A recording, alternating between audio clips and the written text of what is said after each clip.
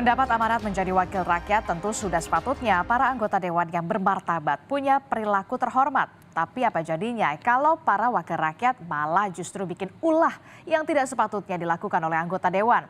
Seperti ada yang main game saat rapat, ada juga yang main tangan atau terlibat penganiayaan hingga ketahuan mengonsumsi narkoba. Kelakuan-kelakuan tidak terpuji tadi sudah pasti mencederai kepercayaan rakyat.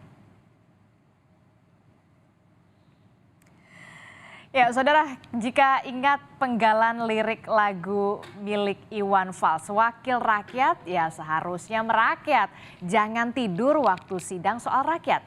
Nah, kalau wakil rakyat yang satu ini bukan lagi tidur ya, tapi terekam saat bermain game pada saat rapat. Iya, ulah anggota Komisi C DPR DKI dari fraksi PDI Perjuangan Cinta Mega ini tengah jadi sorotan ataupun perbincangan. Karena apa? Karena Cinta Mega terekam tengah bermain game di ruang rapat paripurna DPRD DKI Jakarta pada Kamis 20 Juli yang lalu. Padahal, saudara, saat itu tengah berlangsung rapat bersama dengan PJ Gubernur DKI Jakarta. Cinta Mega, saudara, terlihat menggeserkan tablet miliknya, tapi tetap dengan layar menyala dan menayangkan sebuah game. Anggota Komisi C DPRD DKI Jakarta Cinta Mega akhirnya meminta maaf atas viral video dirinya kedapatan bermain game saat rapat paripurna di gedung DPRD DKI. Dalam keterangan tertulis kepada Kompas TV, anggota DPRD fraksi PDI Perjuangan yakni Cinta Mega mengaku lalai dan bermain game saat ruang rapat. Saya meminta maaf kepada semua pihak, terutama fraksi saya atas kejadian tersebut dan saya menerima konsekuensi berupa sanksi apapun. Ternyata tidak hanya meminta maaf, Cinta Mega juga mengklarifikasi soal dirinya yang main game slot saat rapat paripurna DPRD DKI. Lewat keterangan tertulis, Cinta menyangkal sedang bermain game slot saat menunggu sidang paripurna dimulai.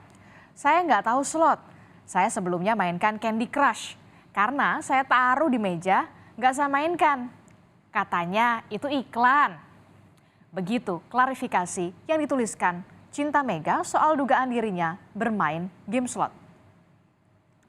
Ya, terlepas apapun permainan yang dimainkan oleh Cinta Mega, mau itu game slot ataupun bukan, tetap saja ya, perilaku yang dilakukan oleh Cinta Mega sebagai anggota dewan ini tidak etis. Apalagi bermain game dilakukan di tengah-tengah rapat. Setelah menerima rekomendasi dari fraksi PDI Perjuangan DKI Jakarta, DPD PDI Perjuangan DKI Jakarta memutuskan untuk memecat Cinta Mega dan akan merekomendasikan langkah pergantian antar waktu atau PAW. Cinta juga tidak dicalonkan kembali di pemilu 2024.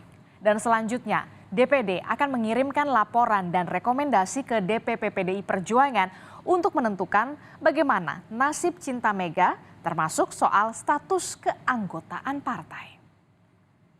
Apapun udah salah di sana ya.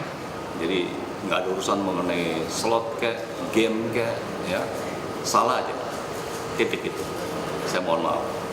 PAW. Ya. Nah, nanti kita akan kirimkan surat PAW tersebut kepada DPP partai.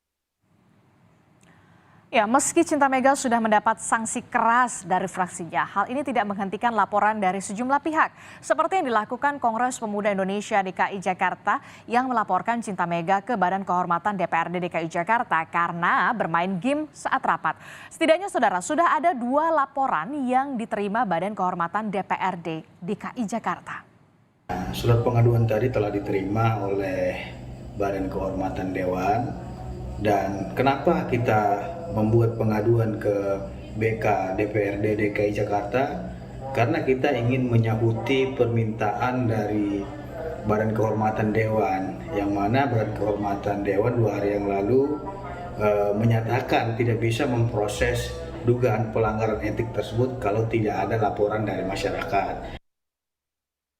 Sementara Direktur Eksekutif Parameter Politik Adi Prayitno mendorong Badan Kehormatan untuk segera tindak lanjut anggota DPRD DKI Jakarta Cinta Mega yang viral karena bermain game di ruang rapat paripurna. Perbuatan Cinta tidak etis dan tidak mencerminkan sebagai seorang wakil rakyat. Seharusnya anggota Dewan fokus membahas kepentingan rakyat dan pembangunan daerah ketika sedang menjalankan tugasnya. Saya kira ini menjadi pemandangan yang tidak etis, menjadi pemandangan yang tidak elok karena seorang anggota dewan itu adalah mereka yang mewakili rakyat.